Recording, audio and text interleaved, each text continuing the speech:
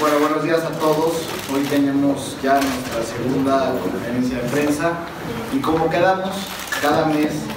vamos a estar informándoles con este tipo de eventos cómo vamos avanzando en el proceso de cambio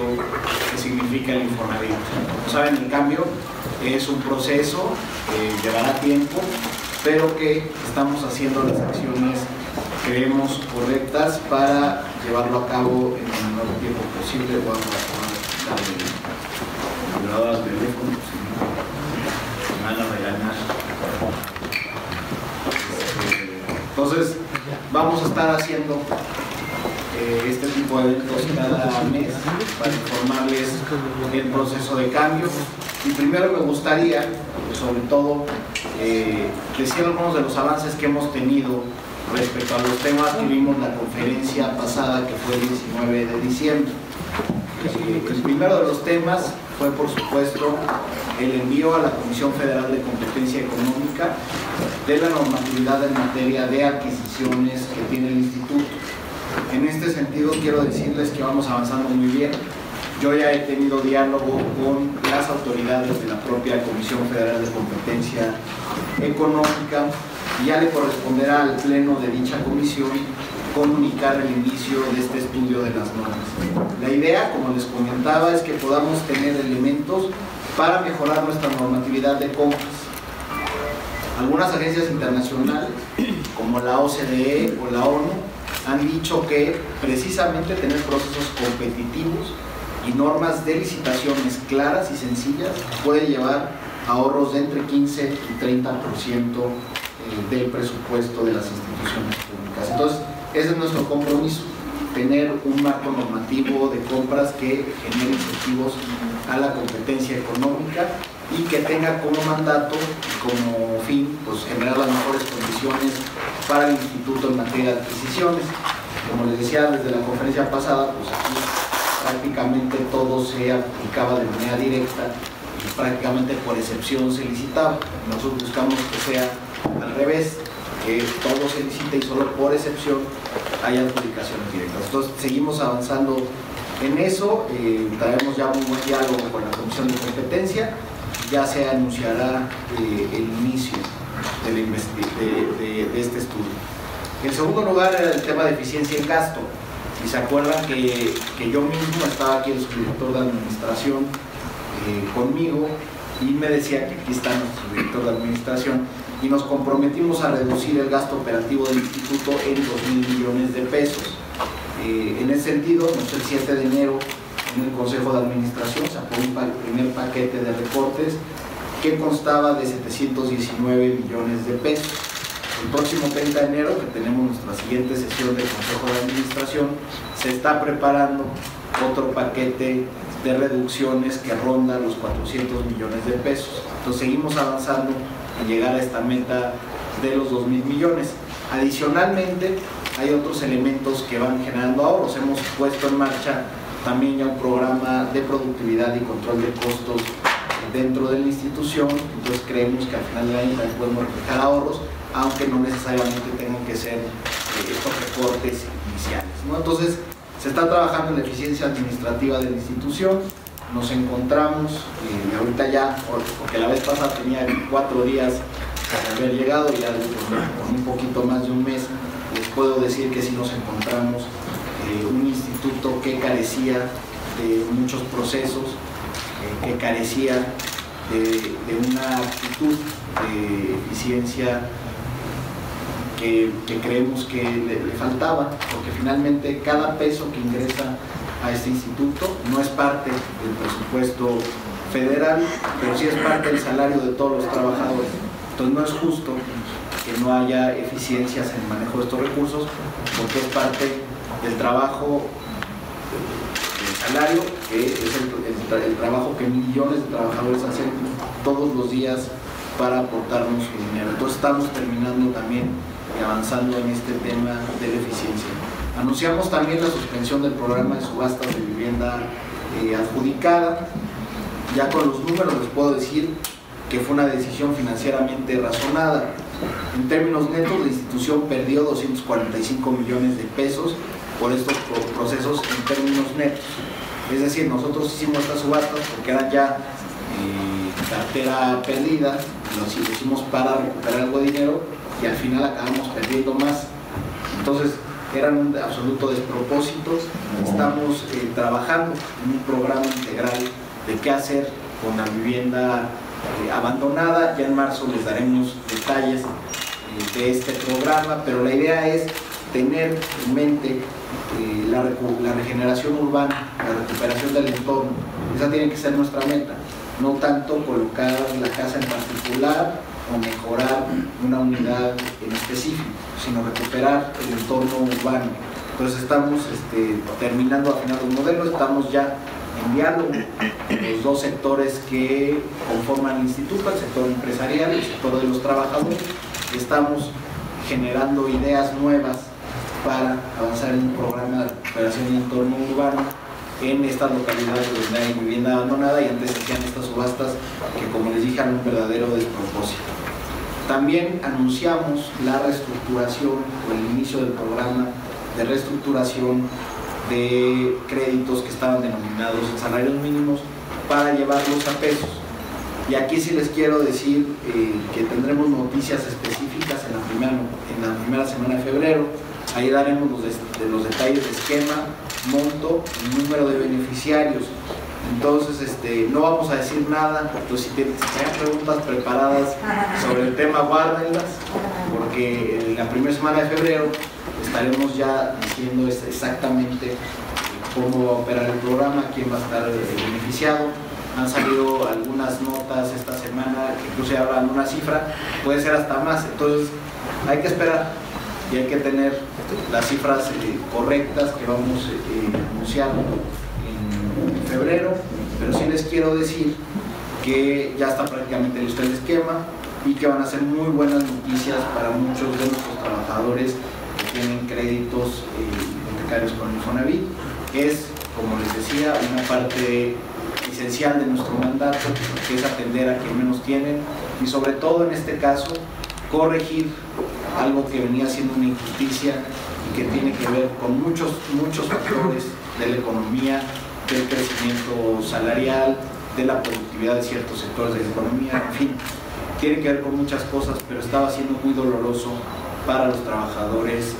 pagar estos créditos. Entonces creemos que es un elemento muy importante de justicia social y que estamos trabajando en ello. Entonces ese tema sí les pido la mayor calma, porque en febrero a principios anunciaremos el esquema y pues tenemos que, si no, ya que vamos a anunciar, entonces ahí sí les pido eso. Y finalmente, ya con esto quiero concluir la recapitulación de la conferencia pasada. Así estaremos siempre recapitulando los avances para que ustedes tengan claridad de cómo avanzamos en este proceso de cambio. Pero hoy el tema que nos convoca es el tema de cartera del instituto en general, y en particular de algo que también ha sido muy sonado en los medios de comunicación, que tiene que ver con juicios masivos de recuperación de cartera, etc. Entonces es un tema que también ustedes le han puesto mucha atención y que tenemos la posibilidad de dar una respuesta nueva, una visión novedosa, con un enfoque fundamentalmente humanista, y que sepan que garantizar los derechos humanos no está peleado en ningún momento con tener una institución con sanidad financiera. Entonces, esto que vamos a presentar tiene que ver con este cambio de visión que era importantísimo darle al instituto. Aquí se había manejado todo como un negocio, no solo de los directores anteriores y su gente, sino un negocio para muchos, y que estaba beneficiando indiscriminadamente a despachos externos, que estaba beneficiando a otros actores familiares, de políticos, del viejo régimen. Entonces, esas cosas tienen que ir acabando, y lo que tenemos que hacer es generar una nueva visión que tenga como centro a la persona, que tenga como centro los derechos humanos, que tenga como centro la posibilidad de que los trabajadores que todos los días se esfuerzan puedan acceder a una vivienda. Entonces, es una nueva filosofía centrada en la persona, y creemos que hoy daremos un paso hacia esa dirección y que se irá concretando a lo largo del año. Entonces eso es lo que les queremos platicar, sobre todo nosotros mismos, decirles qué datos hemos encontrado al día de hoy en este tema, que sepan además que estos datos, esta información está siendo auditada, porque aquí también se acostumbraba a maquillar las cosas. Entonces,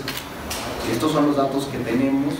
y que daremos a conocer y que finalmente tendremos un dictamen final en unos meses, pero esto es algo inicial, esto es la primera parte del trabajo y creo que hacia adelante podremos ir hablando otro lenguaje, un lenguaje que ya no tenga que ver solamente con posibles actos indebidos de funcionarios del instituto o de autoridades locales. Esto tenemos que cambiar el lenguaje e ir hacia los derechos humanos, hacia el trabajador y centrarnos en ellos y su bienestar. Y ese es el cambio que vamos a dar hoy en el ámbito de cartera, un ámbito que además siempre había estado muy opaco. Vamos a también generar mayor transparencia en este tema. Y para ello le pedí al subdirector de cartera, el maestro Bernardo Altamirano Rodríguez, que fue recientemente nombrado por el Consejo de Administración. El 7 de enero el Consejo decidió nombrarlo como subdirector de cartera. El maestro Altamirano, por supuesto, tiene una trayectoria profesional destacadísima y siempre en beneficio de las personas, ¿no? Eso está su trabajo como Procurador Federal del Consumidor, como en el sector privado también impulsando estándares de ética empresarial y siempre en defensa de los derechos de los consumidores. Entonces, en este sentido, también es parte de la visión que estamos integrando al instituto. Entonces, le voy a pedir al subdirector de cartera que pueda exponernos a rangos generales en qué estamos, cuál es el panorama que tenemos en este sentido, y al final yo les diré cuáles son los siguientes pasos que estamos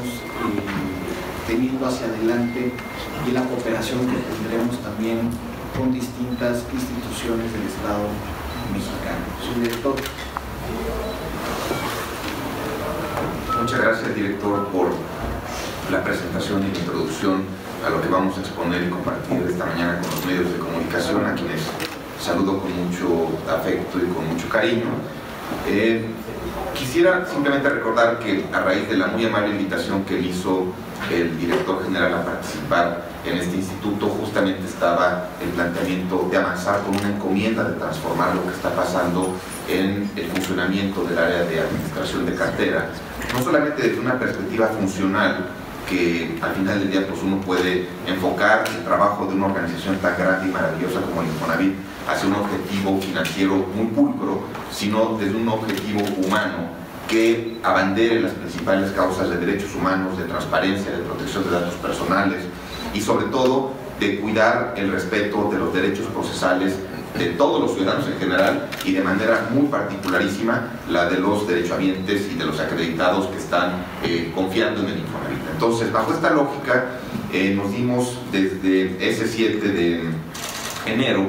la tarea de hacer un proceso de análisis y de investigación muy profundo de lo que está y parte justamente de lo que ya anteriormente desde diciembre el propio director general había encauzado y había procesado, y encontramos información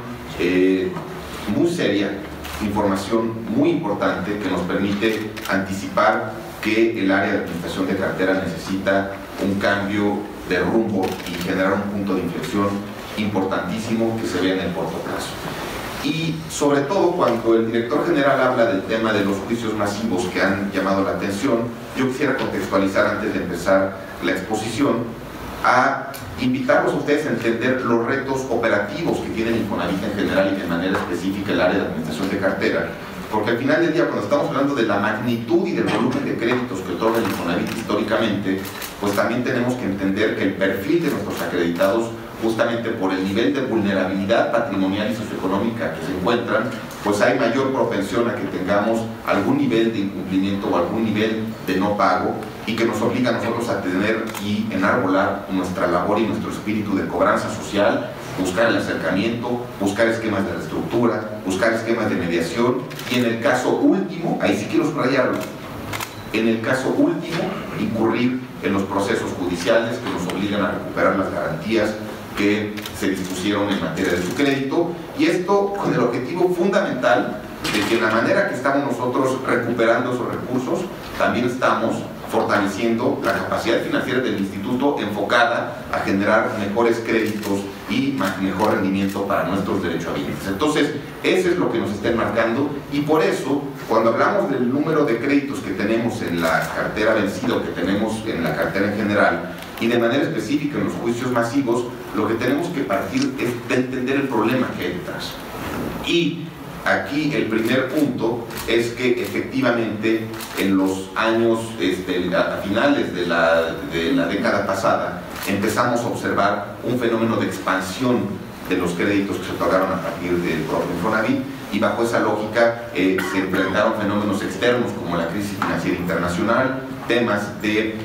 inseguridad en diferentes regiones del país, problemas de desempleo y muchos otros aspectos que generaron que muchos de nuestros acreditados tuvieran que incurrir en una situación de no pago o incluso de abandono de su propiedad. Y bajo estas circunstancias es que por eso tenemos que entender esto, lo que implica una tragedia social desde la perspectiva de asignar indebidamente créditos sin un análisis adecuado de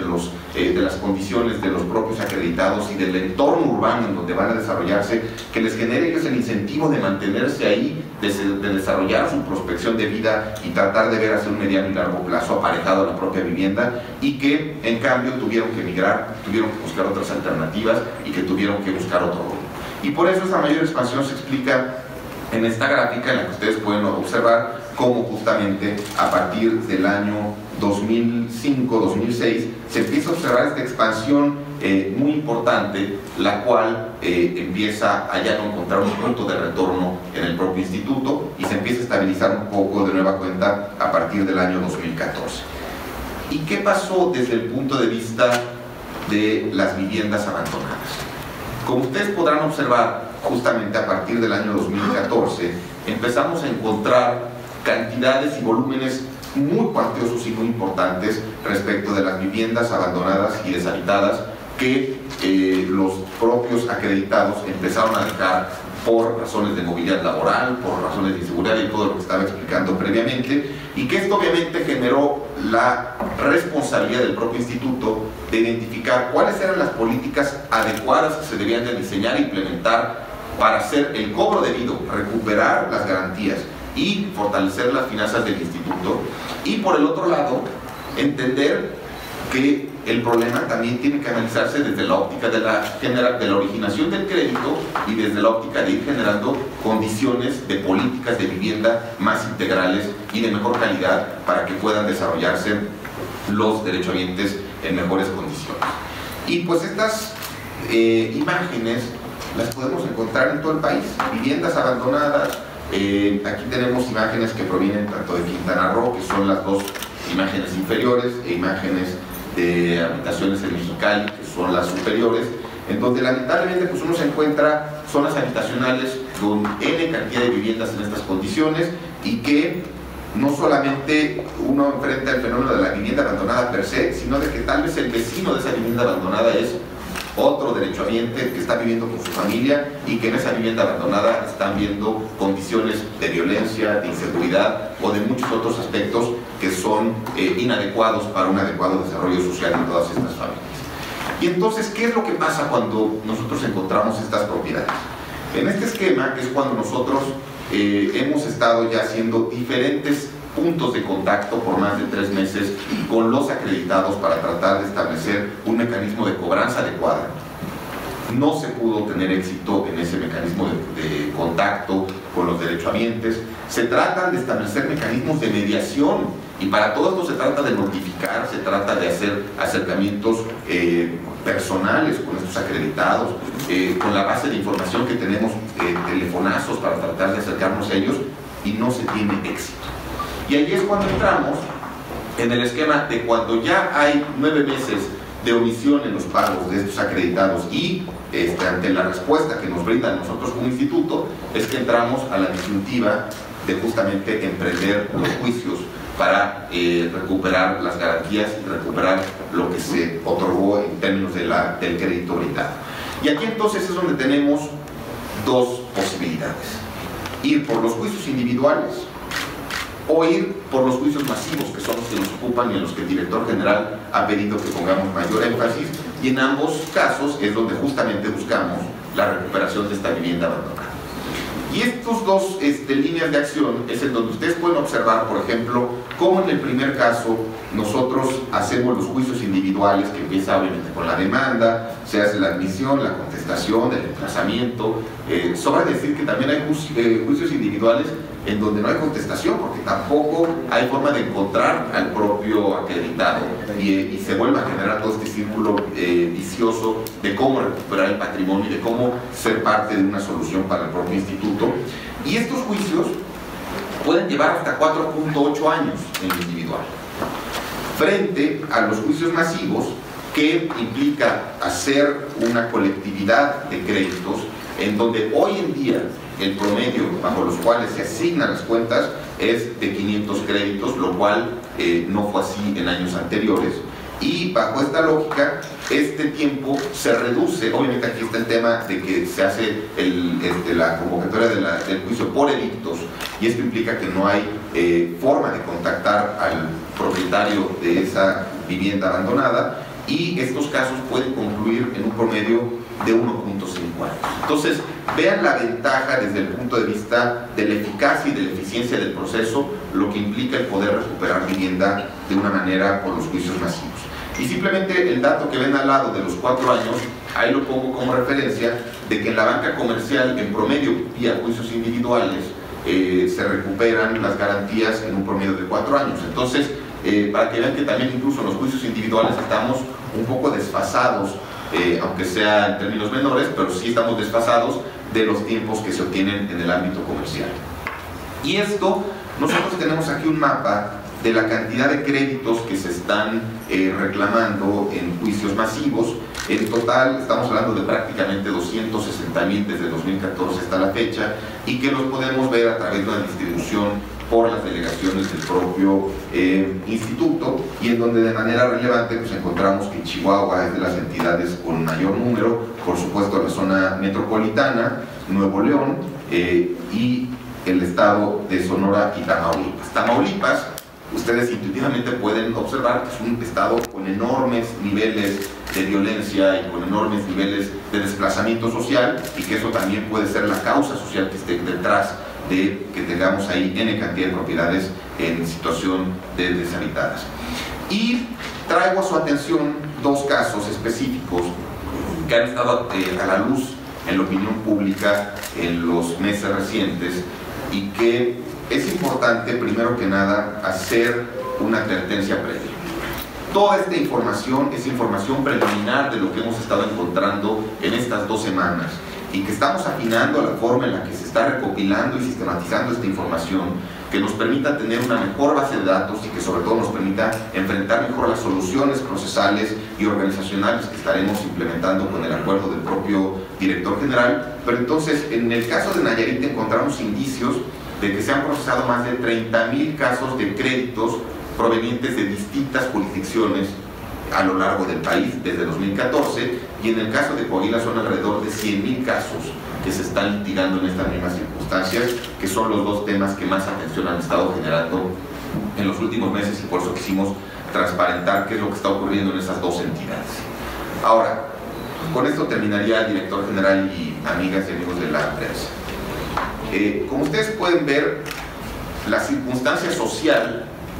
obliga a diseñar políticas instrumentales, y en este caso de manera muy específica de defensa y planeación judicial de qué es lo que hace el Infonavit para proteger a los demás derechohabientes, para proteger el patrimonio y para recuperar las viviendas que corresponden a los procesos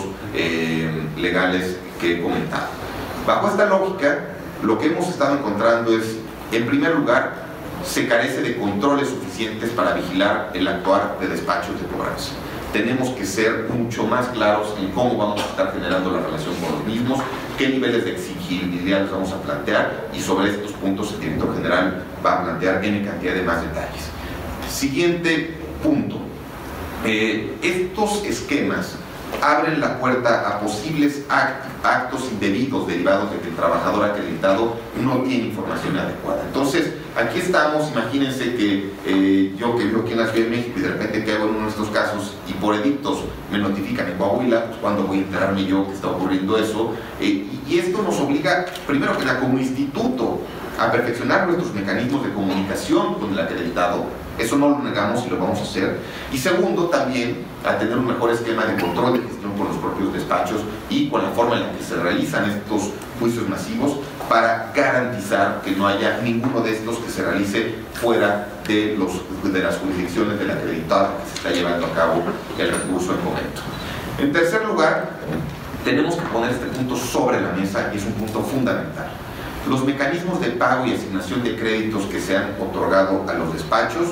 no están fomentando sistemas de competencia, de eficiencias y de buenas prácticas entre los propios despachos, y es un área de oportunidad que por instrucciones del director general vamos a estar atacando de inmediato y vamos a estar replanteando el mecanismo de trabajo de cobranza en general y de relación con los despachos de manera muy particular.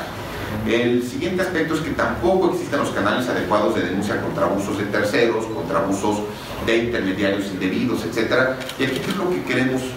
hacer mucho énfasis. Se ha comentado que hay muy escasos amparos que han interpuesto acreditados ante estos casos de juicios masivos, que son, como les dije, más de 260,000 casos. Y uno puede decir, oye, pues estamos a salvo, son muy pocos amparos. Pero en realidad somos un país poco litigioso, en primer lugar, y en segundo lugar somos un país que estamos hablando de que la gente que se encuentra en estas condiciones son en su 70% gente que tiene menos de 4 salarios mínimos y que tiene que trabajar de lunes a sábado. ¿Cuándo van a ir a un juzgado a interponer un amparo? O sea, hay que ser realistas de esta situación y no hay que considerar el número de amparos que existan en esta materia como un valor de éxito de una eficacia de los juicios masivos. El siguiente aspecto que es muy importante es que no se articula la economía procesal que está detrás del espíritu de estos juicios masivos con el derecho humano a la vivienda, que es el parámetro de nosotros, con el fortalecimiento de finanzas del propio Infonavit y el de los derechohabientes. Entonces, sí queremos ser eficaces en el cobro, pero con un propósito superior, con cuidar a nuestros derechohabientes, cuidar las finanzas y sobre todo ser muy eficientes en los pagos que se brindan a los despachos y no ser excesivos en cuanto a los montos que se les paga a estos mismos. Y terminaría con el último punto, que justamente esta simetría de información que existe a nivel nacional genera la participación de intermediarios y de, sobre todo, agentes que se aprovechan de la situación de vulnerabilidad de estas familias y trata de obtener ingresos indebidos, y por eso hay que manejarlo con mucho cuidado, porque el esfuerzo de transparentar la información que queremos hacer no debe de ser mermado por este tipo de agentes indebidos que sabemos que sacan ventajas y que el último perjudicado va a acabar siendo el mismo acreditado y su patrimonio y su hogar. Termino de esta manera, director, con la instrucción de avanzar con lo que nos ha dicho, de transparentar esta función, de generar mejores políticas de control de calidad y cumplimiento de mejores prácticas, y estamos atentos a sus instrucciones de los siguientes pasos que tendremos que cumplir en los siguientes meses. Muchas gracias, su director. Efectivamente, pues ya vieron el panorama, es difícil, sobre todo da cuenta de esta visión que venía acarreando el instituto, que tenía que ver con no proteger al derechohabiente, simplemente pensar en cómo obtener dinero. Si bien nuestro mandato es tener finanzas sanas, sí tenemos que tener un enfoque nuevo de política, un enfoque nuevo de actuación, sobre todo ser parte de lo que fue la transformación jurídica de este país por la reforma del artículo 1 de la Constitución en 2011, donde todas las instituciones del Estado están obligadas a proteger, garantizar y promover los derechos humanos, y esa es nuestra nueva visión. Tenemos que generar líneas de política pública, líneas de financiamiento, actuación como servidores públicos que tengan siempre ese objetivo que marca el artículo 1 de la Constitución. Entonces, estamos trabajando en eso. Ya vimos cómo venía operando el esquema anterior, pues es algo que nos tocó a nosotros recibir, que nos toca por supuesto recibir quejas. A mí en Twitter todos los días me ponen que el Infonavit es el Infiernavit y que si hay muchos abusos por parte de los despachos terceros. Entonces ese tipo de cosas las entiendo. Yo recojo siempre toda la comunicación que me llega por mis redes sociales, y siempre busco, le pido a los directores que estemos todo el tiempo viendo cómo podemos atender mejor a nuestros derechohabientes, cómo podemos hacer que se sientan más satisfechos con los servicios que damos desde Infonavit. Y creo que en la medida en que nosotros empujemos ese bienestar de los derechohabientes, en la medida en que nosotros seamos más eficientes y más eficaces en nuestros procesos de atención ciudadana, en la medida en que nosotros como institución impulsemos mejores estándares de calidad de la vivienda, los acreditados también estarán mucho más satisfechos de pagar por los créditos que les estamos otorgando, porque finalmente son parte de su seguridad social y que ellos mismos fondean el instituto y fondean esos créditos a través de los pagos del 5% que hacen cada mes de su salario. Entonces, nosotros por eso tenemos que ser muy eficientes, debemos estar muy cercanos, porque eso al final te lleva a la sanidad financiera del instituto. Y para concretar esta nueva visión, vamos a anunciar los siguientes pasos. Esta nueva visión es que la actividad del Infonavit se base en los derechos humanos, la responsabilidad social y la transparencia. Y por eso, un paquete de medidas que además tengo que decir que están diferenciadas. La primera es propiamente interna de la institución y las demás las haremos en colaboración externa. Pero la primera es muy importante. Yo el 27 de diciembre pasado solicité al Comité de Auditoría del Consejo de Administración del Infonavit que iniciara una auditoría sobre lo que había ocurrido en los procesos de asignación de cartera de despachos de cobranza externos para los casos de Coahuila y Nayarit. Como vieron, son dos casos muy sonados en la prensa, que además ahí se estaban litigando cientos, incluso cientos de miles de casos que provenían de otras jurisdicciones y de acreditados que estaban en Chihuahua, en Puebla, etcétera, estaban siendo juzgados en Coahuila. Entonces le pedí a la auditoría que hiciera este análisis, esta auditoría, que se desahogará en el programa anual 2019 de la auditoría. Esto es propiamente interno y aquí cierro eso. Pero lo que es importante es el anuncio que damos el día de hoy, que creo que además es lo más atractivo en esta materia y que materializa esta nueva visión en materia de derechos humanos. He enviado y he platicado ya con el presidente de la Comisión Nacional de Derechos Humanos para establecer una agenda en esta materia en beneficio de los trabajadores. El día de hoy le mandé al propio presidente de la comisión un oficio donde le externaba la intención de trabajar en una agenda que será los puntos que siguen, pero lo importante es que sea parte integral de nuestro actuar los derechos humanos. Esta agenda, por supuesto, consiste en revisar el cumplimiento de lineamientos y reglas de operación vigentes en las estrategias hechas por las administraciones anteriores. Entonces, lo que le vamos a pedir a la comisión es que nos ayude a revisar desde la perspectiva de derechos humanos esta estrategia que parece que estaba, si bien siendo eficaz económicamente, podría haber vulnerado a los derechos humanos de los trabajadores más vulnerables. Le vamos a pedir esa revisión específica a la comisión. En la segunda es que nos ayude a evaluar los procesos, políticas y resultados que hemos tenido como institución con los despachos de cobranza, así como los mecanismos de pago que hacen instituciones estos despachos. Pasa lo mismo, los despachos están siendo altamente beneficiados por este tipo de políticas judiciales, estaban enriqueciendo en ciertos abogados, y lo que queremos hacer es ver a través de una perspectiva de derechos humanos qué es lo que está pasando y si los procesos serán los adecuados para llevar a cabo nuestro propósito, que es la recuperación de las garantías hipotecarias. En tercer lugar, y como parte de la agenda, vamos a generar un estándar de cumplimiento para los despachos de cobranza en materia de derechos humanos, protección de datos personales, mejores prácticas y transparencia. ¿Y esto qué quiere decir? Que vamos a tratar de diseñar en conjunto con la Comisión de Derechos Humanos y buscaremos otras instancias académicas y de transparencia para que nos ayuden a generar unos criterios mínimos que deben de cumplir los despachos para que puedan ser contratados en Infonavit. Ya no vamos a tener ni despachos a modo, ni de compadres, ni nada, tienen que ser despachos que tengan una visión y perspectiva en materia de derechos humanos, y eso es muy importante. Al contrario a lo que pasa con la banca tradicional y contrario a lo que pasa con otras instituciones de crédito, nosotros y la ley nos mandata a tener una visión social en los métodos de cobranza.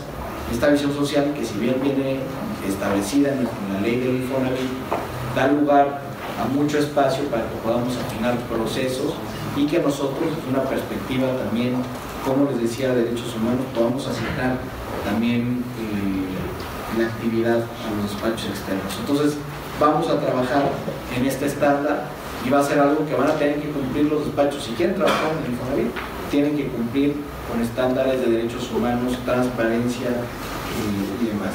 Y el último punto, que es algo que vamos a hacer nosotros, pero que también pediremos acompañamiento de la propia comisión, es transparentar la actividad de los despachos y generar mecanismos de denuncia para los trabajadores en conjunto con la comisión. ¿Y esto qué quiere decir? Que debemos tener un portal dedicado al tema de cobranza de Infonavit, que ustedes sepan qué despachos están trabajando, cuántos créditos tienen asignados para cobrar, cuál es la efectividad de cada uno de esos despachos, si esos despachos tienen quejas de los trabajadores. Es muy importante poner, tal despacho tiene tantas quejas, entonces se va a ir haciendo un ranking para que los que tengan más quejas vayan saliendo. Y la idea es que sean despachos que cumplan con estos estándares, se va a transparentar toda la actividad, ya no va a poder llegar, porque también, como decía el subdirector, hay coyotes y hay intermediarios carroñeros en materia, por ejemplo, de que ven, oye, hay trabajadores que están quejando de esto, nosotros les arreglamos en la parte. Son gente que no tiene ningún valor y que además tampoco tiene moral con los trabajadores. Entonces, eso pasa de un lado, pero del otro también sucede que hay gente que se dice despacho de cobranza, que no está asignado en sus créditos, que nada más andan ahí coyoteando los créditos y tratar de sacarle dinero a las personas. Entonces, por eso vamos a transparentar por quién está trabajando con el instituto, cómo están sus métricas de trabajo, etc. Entonces, esto es la agenda que estamos planteando con la Comisión Nacional de Derechos Humanos. Para nosotros es muy importante, creo que es la primera vez que ustedes también, como periodistas especializados en el sector, van a ver algo así, van a tener la posibilidad de tener este portal donde vean la actividad exactamente de qué despachos, quiénes son los dueños de esos despachos. O sea, es muy importante hacer esta transparencia, y eso nos lleva al objetivo que nos hemos planteado, de ser una institución más humana, más transparente, con mayor responsabilidad social. Esta agenda se desahogará a lo largo del año. Obviamente esto es un primer paso, pero como esto, iremos cambiando varios de los procesos que nos heredaron para esta institución, y siempre metiendo la parte y la visión de derechos humanos a lo que estamos, por supuesto, obligados por la Constitución. Entonces, esto era lo que les queríamos anunciar, el esquema con la Comisión Nacional de Derechos Humanos. Iremos teniendo avances. Yo espero que al cierre del primer semestre de este año, cierre de junio, podamos ya presentar varios avances que se irán desahogando. El primer hito, que espero que ocurra también entre el primer trimestre y el segundo, será la presentación de las instituciones que nos acompañarán para generar el estándar, no solo ahorita la comisión, que será la primera, pero que uniremos otras instituciones, y a partir de ahí continuar ya con la definición del mismo, y luego cómo lo implementamos ya en nuestros procesos de contratación de despachos, y a la par, en paralelo, cómo vamos subiendo información a nuestro sitio. Buscaremos ser un sitio especializado para que ustedes lo tengan a mano, y que ahí se puede ir subiendo toda la información de los despachos, quiénes son, cómo operan, cuántas quejas tienen, etc. Entonces, vamos avanzando. Esta agenda se irá desahogando en el año. Ustedes van a siempre tener presente cómo va, porque cada mes, como les he dicho, nos vamos a reunir aquí y les agradezco esta reunión, que hayan escuchado este anuncio del acuerdo de colaboración con la Comisión Nacional de Derechos Humanos y el Fondo.